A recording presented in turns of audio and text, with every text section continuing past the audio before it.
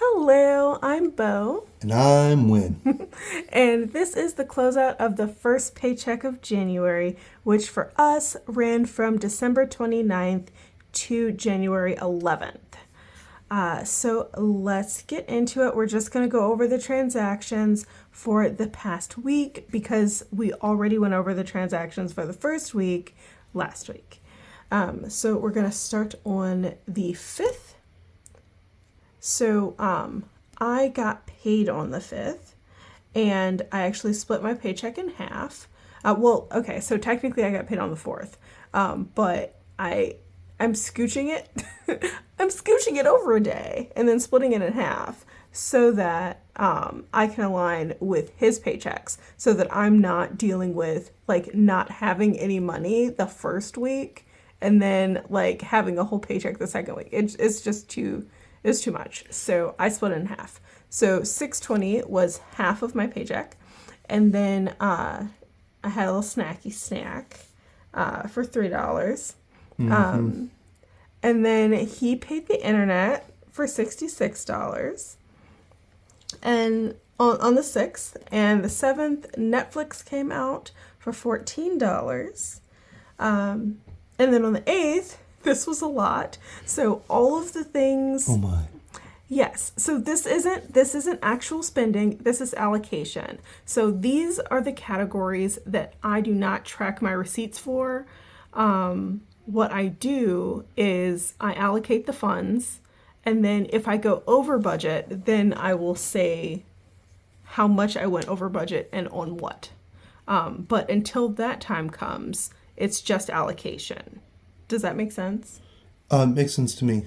Okay, so I put the money in the envelopes, and then if I spend it, I spend it, and I don't care about tracking like individual receipts.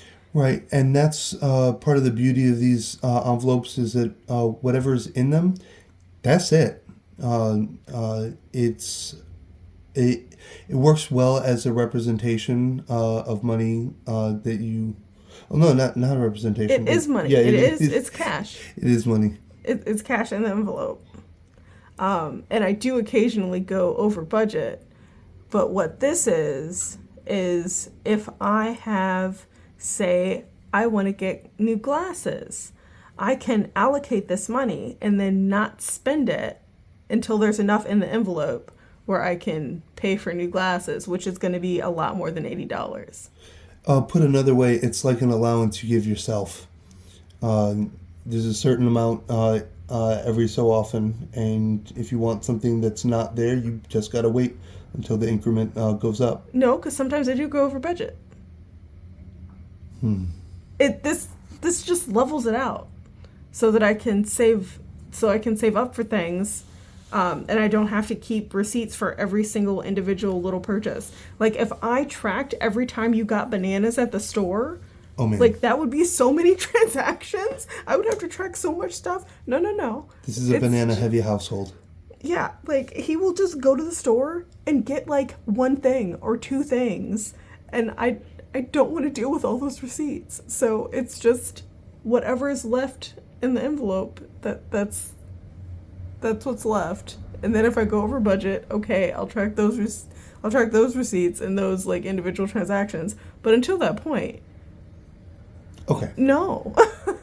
It's too many individual transactions. So all that said, all of these were allocated as expected. I did not go over budget in any of these categories. So it was $80 to health, $40 to household shopping, $20 to birthdays, $40 to clothes, $40 to shoes, $40 to pet, $100 to transit, and $40 to personal. And that's it. I will not track individual transactions for these things. I don't track individual transactions for groceries either, because again, he will go to the store and just get a pack of bananas or just get a bag of sugar, or like he'll just go for one thing. And that's a lot of transactions, y'all. So next, onward. On the 9th, I got a refund for overpayment of my taxes.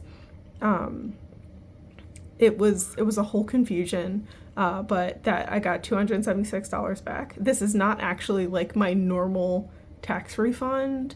This was I did my taxes, paid my taxes, and then they said, "Hey, you owe us money." And I was like, "No, I don't." They said, "Yeah, you owe us money." So I paid the money, and they're like, "Oh, I guess you don't owe us money. You can have it back." That's what happened. And then from that money, I stuffed $197 in car insurance. I pay car insurance every 6 months.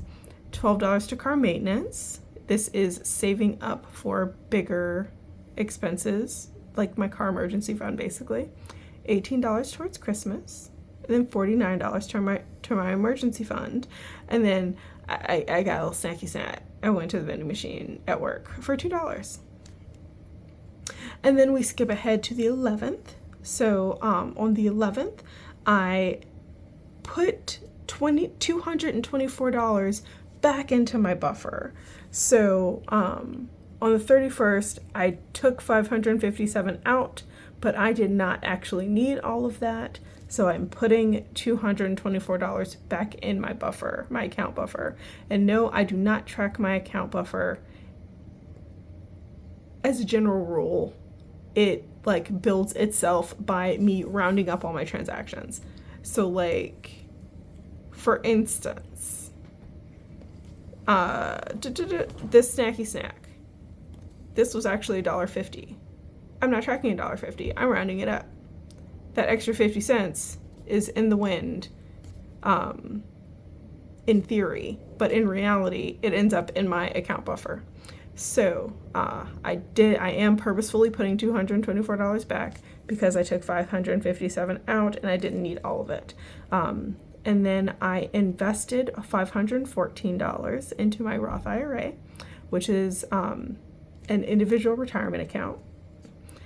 And then we had snacky snacks for $7. And groceries, we basically trade out the money. So he gave me back most of the grocery money, which means $30 of it was spent. And then S&M, which was supposed to come out on the 7th, actually came out on the 11th for $50. Now, this is one of those things about pending transactions that I can't stand. This was actually charged to my account, to our account, on the 9th, but it didn't clear until the 11th. So I don't track pending transactions. I just put it on the date that it clears, and we're just calling it good. So it was planned for the 7th.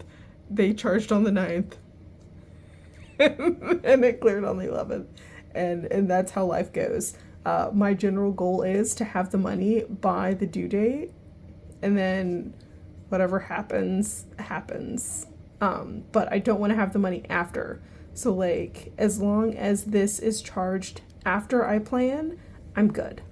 If it happens before I plan, I will shift that due date forward, because I don't want to be surprised by that.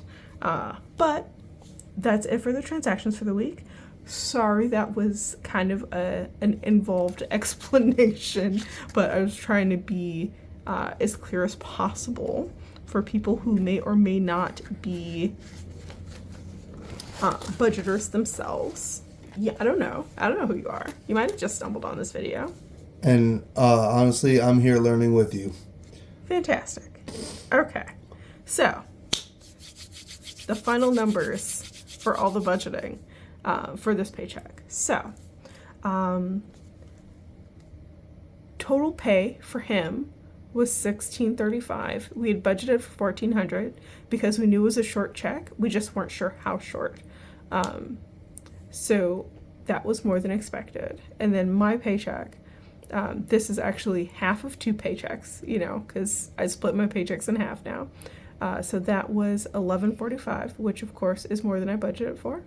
I like to underestimate my pay and overestimate my bills, because you don't want to come up short on your pay or have your pay come up short on your bills. So we try to... And this way, the only problem you encounter is where to put this. Not I don't want to say excess funds, but you're left with an amount that you can now decide where to put it, rather than, of course, the alternative of not knowing what to do. Dude, why don't you have pants on? Sorry, children. Okay. Okay, and now all of them are out? What is I was just trying to find out. Oh, I didn't the other night that Mason and Wilson were going to the bathroom. So, okay, sorry about that. Let's get into it. Okay, so, children, let me pause again. So, sorry about that. Hopefully I edited this correctly and you don't hear all the commotion. But let's get back into it because I actually forgot where I was. Start over. So his paycheck was $16.35. We weren't sure exactly how much it was going to be, but we knew it would be a little short. So we underestimated it because otherwise, you come up short on your bills if you don't budget for everything. Okay, and then my paycheck was $11.45, which is actually 2/2 of a paycheck. And then miscellaneous income was, I used some of my credit card cash back for $11, and then I had the $276, that was that tax refund. And then $134 from the neighbor, that was for half the utilities from last month.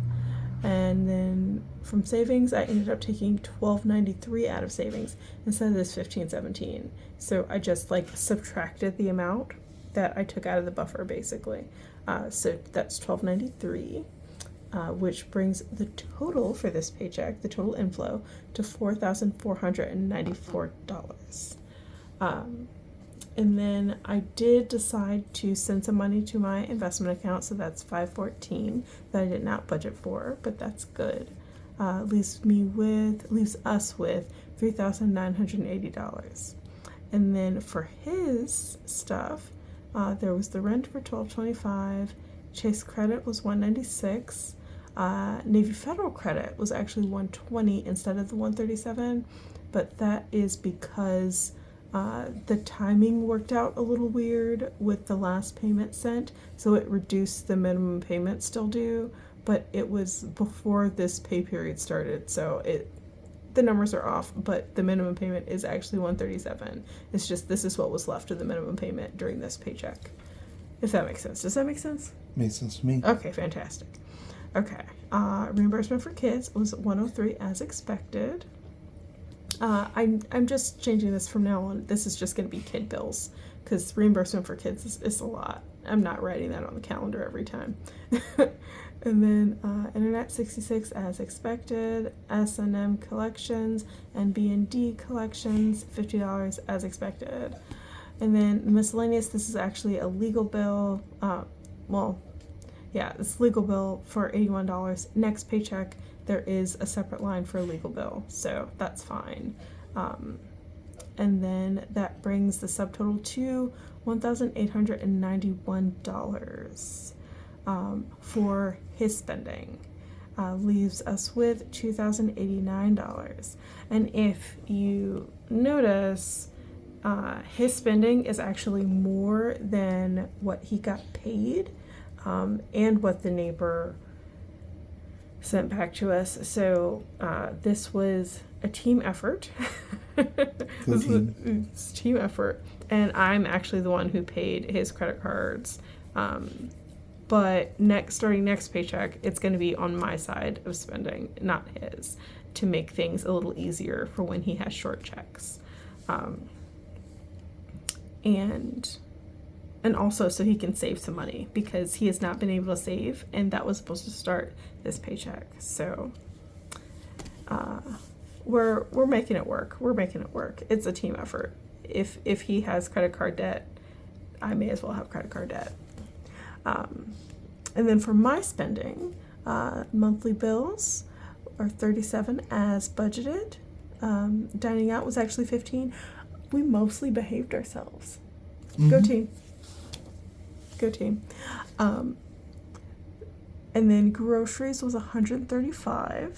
And I budgeted for $220, which is kind of funny because we've already spent almost spent $110.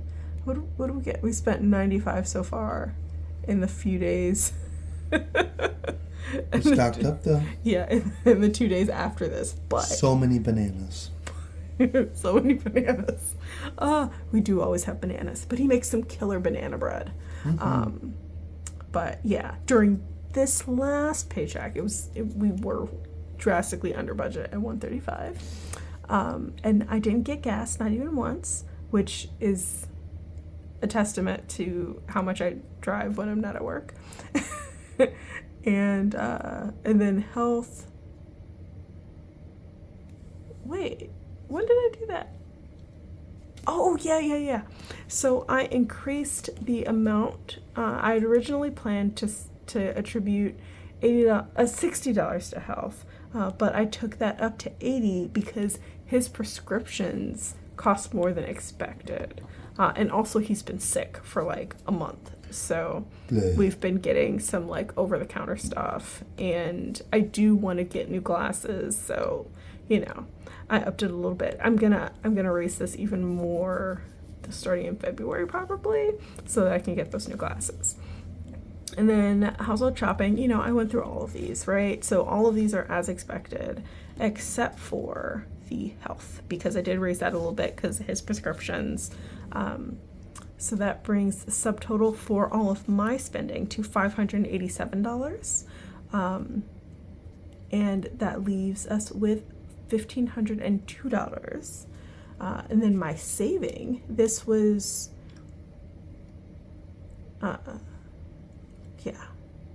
this was kind of, I had a surprise refund check. So we got, $297 to car insurance fund, and then car maintenance fund. Oh, wow, that's right. And this fully funded that, right? I believe so, yeah. Yeah, this fully funded the car insurance. So that is due, well, okay, so, the renter's insurance is due in February, and I'm paying that annually now. And then car It's cheaper that way. Yes, and then car insurance is due in March. So both of those will be covered with what I stuffed. So that was $297 to finish that out. And then car maintenance got $148 total, because what I put in last week and this week. And Christmas got $27. And I think what I'm gonna do is next time we do Christmas, I'm gonna keep going until I get within $30 of the total for the whole paycheck, because I kind of feel bad that I contributed less than 30, less than half. But then emergency fund got $70, so that's good. So that's my subtotal of $542, leaves us with $960, and that went to vacation. That was flights for us. So that brought us down to a zero-based budget. Of course, this does not mean that our bank accounts are at zero. That just means that every dollar that went in had a job. So either went to spending or saving in some form or fashion. That makes sense? It does. I do have just one question. The money that we're setting aside for the Texas trip, does that go under vacation, or does that go under something else? No, that's not a vacation. That is Emergency vacation? No, that's not an emergency vacation. That is I'm taking that from transportation and personal. Okay, that tracks. It's a day trip. Yes, it is. We're literally going to be there for like an hour and a half. and then come back. That's no vacation to me. And that's It's the journey, not the destination. oh my god. There's a lot of journey. Yes, it's a lot of journey. It's a lot of driving. So that is it for this paycheck, this last paycheck that closed out on the 11th. And he's yawning, y'all. He's yawning. It's time to wrap things up. I love you so much. I appreciate you. Thank you for hanging out with us a little bit.